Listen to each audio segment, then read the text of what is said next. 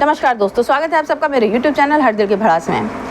आज की बात को अगर मैं भड़ास ना कहूँ तो ज़्यादा सही रहेगा। शायद मेरे दिल का ये दुख है, शायद ये मेरी निराशा है, ये मेरा एक कहना चाहिए संताप है और एक सवाल भी है। सवाल किससे है? सवाल सीधे सीधे मेरे अपने ही स्टेट के मुख्यमंत्री माननीय योगी आदित्यनाथ जी से है।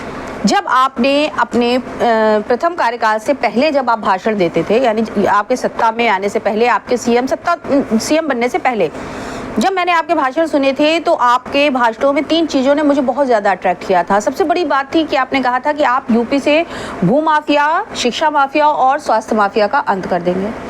इन तीनों चीज़ों में सबसे ज़्यादा मुझे जिस बात ने संतोष दिया था वो ये था कि आप शिक्षा माफिया को ख़त्म करेंगे, यानी प्रदेश की जनता के लिए शिक्षा का रास्ता जो है वो आसान करेंगे, थोड़ा सुगम करेंगे, जिससे कि हम अपने बच्चों को शिक्षा देने में ज़्यादा अच्छी तरह से कामयाब हो पाएंगे।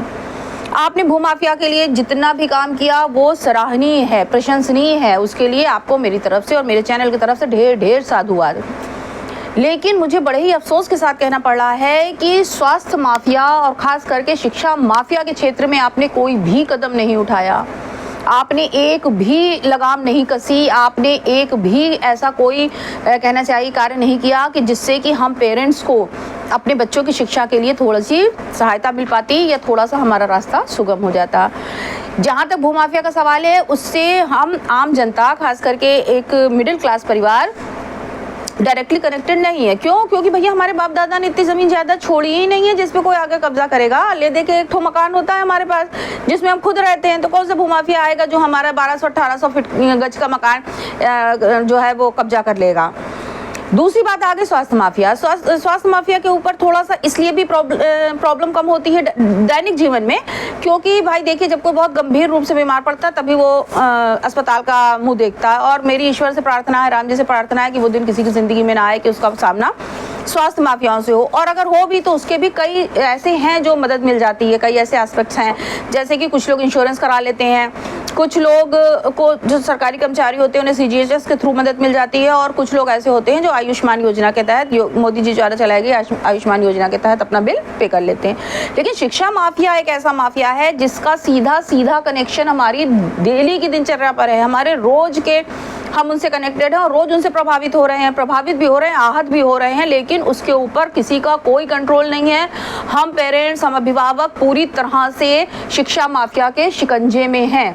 आप शिक्षा माफिया के शिकंजे में आप यही कहेंगे, भाई कोई भी ये कहेगा कि ठीक है, अगर प्राइवेट स्कूल वाले इतनी ज़्यादा धांधली करते हैं, इतनी ज़्यादा धन उगाही करते हैं, इतनी ज़्यादा आपसे डिमांड करते हैं, तो आप अपने बच्चों को सरकारी स्कूल में पढ़ाइए।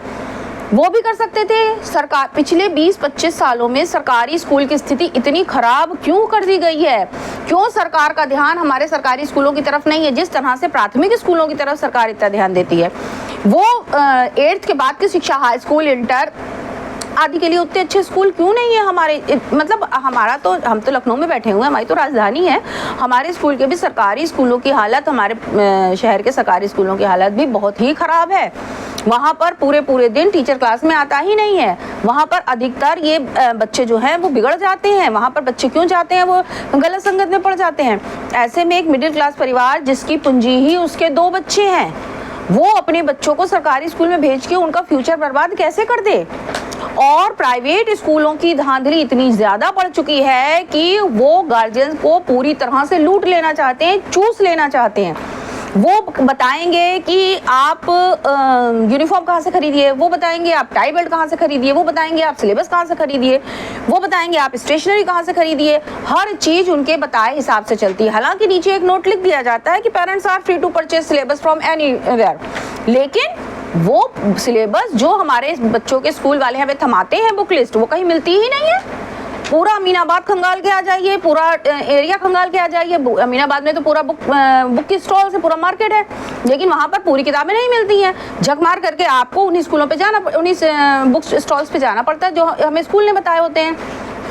और वो बुक स्टॉल वाले एक बुक 400, 500, 600 की देते हैं। मेरा बेटा 9th में है, उसकी इंग्लिश और हिंदी की बोर्ड द्वारा लगाई गई बुक्स हैं, लेकिन जो उसकी वर्क बुक हैं वो 400 और 450 की हैं। उस वर्क बुक में ऐसा क्या है कि वो 400 450 की? पहला सवाल तो मेरा ये है। दूसरा सवाल मेरा ये है कि जब उस वर्क बुक में टीचर कोई काम कराता ही नहीं है, बच्चों से ही कहा जाता है कि आप घर से करके लाइए, तो वो वर्क बुक कंपलसरी रूप से लगाने की जरूरत क्या है? और तीसरा जो सबसे महत्वपूर्ण मेरा सवाल ये है कि हर साल सिलेबस क्यों चेंज कर दिया जाता है? जो किताब पिछले साल इतनी अच्छी थी कि सेकंड लास्ट ईयर को लगाई गई बुक्स हटा करके लास्ट ईयर उसको लगाया गया, उसको इंट्रोड्यूस किया गया, इस साल वो इतनी बेकार हो गई कि उसे हटा दिया गया।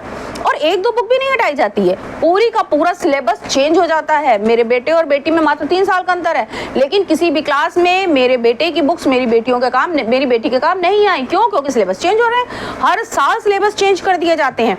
और चेंज ऐसा क्या नया आ जाता है क्यूरिकुलम में कि स्कूल वालों को सिलेबस चेंज करने की जरूरत पड़ जाती है? सबसे पहला महत्वपूर्ण सवाल तो यही है। भाई चलिए, कुछ जो बहुत करंट अफेयर से रिलेटेड जैसे जीके वगैरह की बुक है उनमें आप चेंज कर दीजिए, या साइंस में कोई बहुत बड़ा इवेंट हुआ हो, कोई बहुत बड़ी खोज हुई हो, कोई बहुत बड़ी वो क्या कहते हैं खोज हुई हो, कोई बहुत बड़ा इन्वेंशन हुआ हो, तो चलिए आप उसको इंट्रोड्यूस करिए। लेकिन जब ऐसा हाल फिलहाल कुछ नहीं हुआ है, तो ऐसे क्या चीज़ है जो साइंस की, मैथ्स की, इंग्लिश की, हिंदी की बुक्स हर साल चेंज कर दी जाती हैं? इस पर किसी का नियंत्रण क्यों नहीं है? क्यों स्कूल वाले जो मन आता है वो कर रहे हैं और हमारी सरकार चुपचाप बैठी हुई है, खामोश? और यही नहीं कि होगी सरकार, उससे पहले भी जितनी सरकारें रही, पिछले 20-25 सालों में हमारे स्टेट में शिक्षा माफिया का हाथ पैर चारों तरफ पसर गए हैं। कैंसर की तरह उन्होंने अभिभावकों की जिंदगी को बर्बाद करना शुरू कर दिया गया है। और सबसे बड़ी अफसोस इस बात का है कि इस पर किसी का कोई नियंत्रण नहीं है। क्यों नहीं? और अगर मान लीजिए, चलिए केवल ये बात हर साल सिलेबस चेंज कर देना, बुक्स चेंज कर देना, केवल अभिभावकों से ही धन की उगाही नहीं है, इसके लिए कितने पेड़ काटे जा रहे हैं हमारे देश में, जहां पर वैसे ही वन संपदा का इतना अकाल है कि हमारे क्षेत्रफल के हिसाब से हमारे जो है वन वो है संकुचित होते चले जा रहे हैं, घटते चले जा रहे हैं। ऐसे में केवल स्कूल प्रशासन को पैसे का फायदा हो, इसलिए पेड़ों को काट करके नई नई बुक्स बनाना कहाँ तक सही है? अमेरिका जैसा विकसित देश जिसके पास पैसे की कोई कमी नहीं है, वहाँ पर भी सिलेबस हर साल चेंज नहीं किए जाते हैं। तभी तो उनके यहाँ बुक बैंक्स बने हुए हैं, उनके यहाँ जहाँ पर हर बच्चा आके अपनी बुक जमा करता है, पिछले साल की जमा करता है और अगले साल की लेकर के चला जाता है। ऐसी व्यवस्था हमारे यहाँ क्यों नहीं हो रही है? और अगर व्यवस्था नहीं भी हो रही तो चलिए ठीक है, ये हेडक हम लेते हैं कि हम अपनी बच्चों की पुराने बुक्स दे करके नए दूसरे बच्चे से कलेक्ट कर लेंगे, लेकिन जब हर साल सिलेबस बदल दिया जाएगा तो हम लोग क्या करेंगे? मेरी योगी जी से बस हाथ जोड़ करके यही विनती है कि अगर अभिभावकों का भी आप ध्यान रखिए, हम जैसे मिडिल क्लास माँ बाप का भी ध्यान रखिए, साथ ही हमारे देश में पेड़ों को संरक्षित करने के उद्देश्य से भी हर साल सिलेबस बदले जाने पर कड़े से कड़ा अंकुश होना चाहिए और जो भी स्कूल प्रशासन ना माने उसके खिलाफ सख्त से सख्त कार्रवाई होनी चाहिए। बस इसी प्रार्थना के साथ मैं आज का अपना एपिसोड यहीं समाप्त करती हूँ। मिलते हैं दिल की भड़ास के अगले एपिसोड में, तब तक के लिए जय हिंद, जय श्री राम।